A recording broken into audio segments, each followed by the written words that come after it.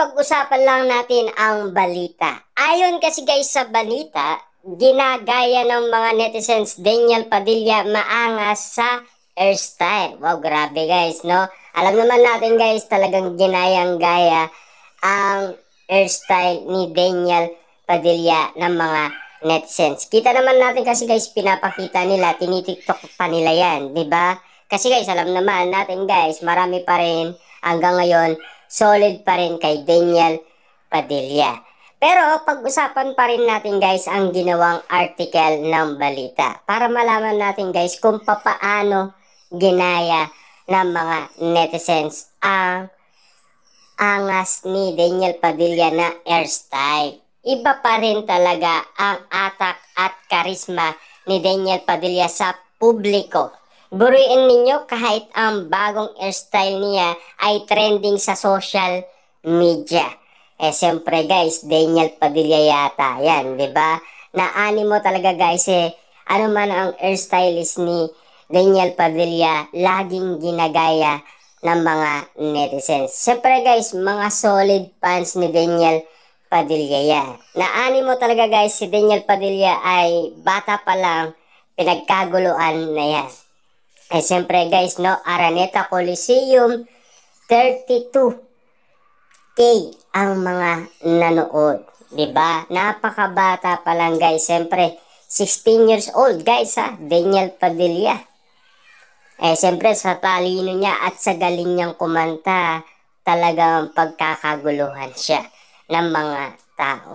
Buruin niyo yung mga nanood, 32K, diba? Tapos napuno pa yung Araneta Coliseum. Sabi pa dito guys ng balita, aliw na aliw ang netizen sa modern mullet haircut ni DJ. Ito na rin ang look ng aktor sa bago niyang action serye na Incognito. Actually, hindi naman bago ang ganitong hairstyle, ang mullet hairstyle. Ay iconic haircut trend noong 70s and 80s. Binigyan lang ng barbero ni Daniel na si John Parcero na modern twist. Aminado old soul ang aktor, kaya bet na bet nito ang mga old classic. And siyempre guys, si Daniel Padilla ay nangongolekta ng mga old na cassette. Kaya naman guys, mahilig si Daniel Padilla sa mga lumang tugtugin, diba? Sabi pa dito guys, aminadong old soul ang aktor.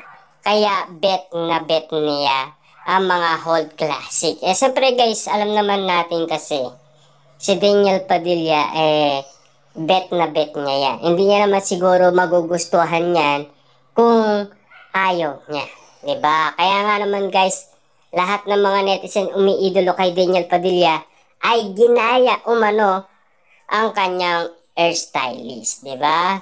Kaya naaliw umano guys ang mga netizen sa bagong angas ng hairstylist ni Daniel Padilla. Lalo na guys Bong Navarro ginaya din dahil siyempre bagay na bagay din kay Bong Navarro. Malinis at maikli ang ayos ng buhok sa harap at tuktok, pero mahaba ang bandang likod nito. Ang sabing hairstyle ay paboritong gupit ng mga iconic music legend gaya ni na Billy Ray Cruz, David at Paul. Bagay na bagay kay DJ ang haircut niya dahil mas lalong lumabas ang kagwapuhan niya na sabi nga ng mga fans ay may angas ha. Siyempre guys, may angas naman talaga Padilla Kapag naglalakad nga naman guys ang mga Padilla, nauuna umano ang kanilang dibdib.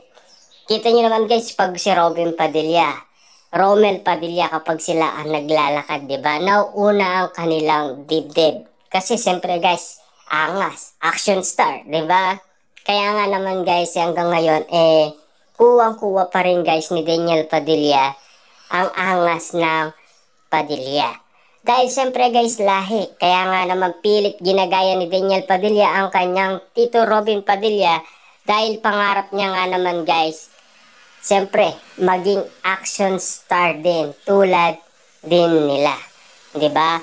At animo talaga guys, lahat ng paboritong leather jacket ni Tito Robby niya ay siyempre bumibili din si Daniel Padilla. Dahil mahilig din siya sa leather jacket tulad ni Robin Padilla at ng kanyang ama. 'Di ba? Siyempre guys, kontrabida, 'di ba? Nakaitim. 'Di ba? Alam naman natin yan, diniscuss na sa atin yan guys ng Star Cinema. Lalong-lalo na guys ang mga unang kontrabida ng mga generation pa ng ating mga magulang, 'di ba? Kitang-kita naman natin kasi na si Robin Padilla 14 years old pa lamang ay kontrabida na sa kanyang unang pelikula, 'di ba? Bago siya naging bida. At lalong-lalo na guys sa kanyang pagiging kontrabida ay nakitaan siya ng kagalingan umakting. Lalong-lalo na guys, magaling din siyang magpatawa dahil sa kanyang mga pick-up line, 'di ba? At lalo-lalo na guys, si Daniel Padilla talagang iba talaga ang kanyang karisma. Dahil hanggang ngayon ay pinagkakaguluhan pa rin siya. Lalong-lalo na guys, ang mga kababaihan, 'di ba? Kung bet na bet yan ni Daniel Padilla, mas bet na bet yan guys ng mga kababaihan. Dahil bagay na bagay kay Daniel Padilla ang ganyan mga look, 'di ba? Dahil siyempre, hindi naman papayag si Daniel Padilla kung hindi babagay sa kanya. At lalong-lalo na guys, hindi naman siya matatawag na napakagwapo niya. Dahil spotted yan guys sa El Nido, Palawan. Lalong-lalo na guys sa Italy.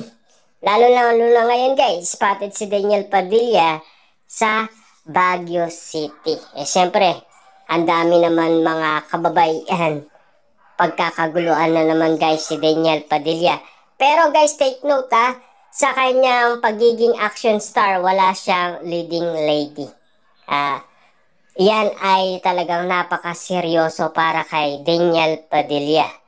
Alam naman natin guys, sigurado masasanay na si Daniel Padilla na walang leading lady. Pero titignan pa rin natin guys kung ano ang gagawin ng Star Cinema kapag nagkaroon ng movie si Daniel Padilla. Kung sino ang makakapartner niya.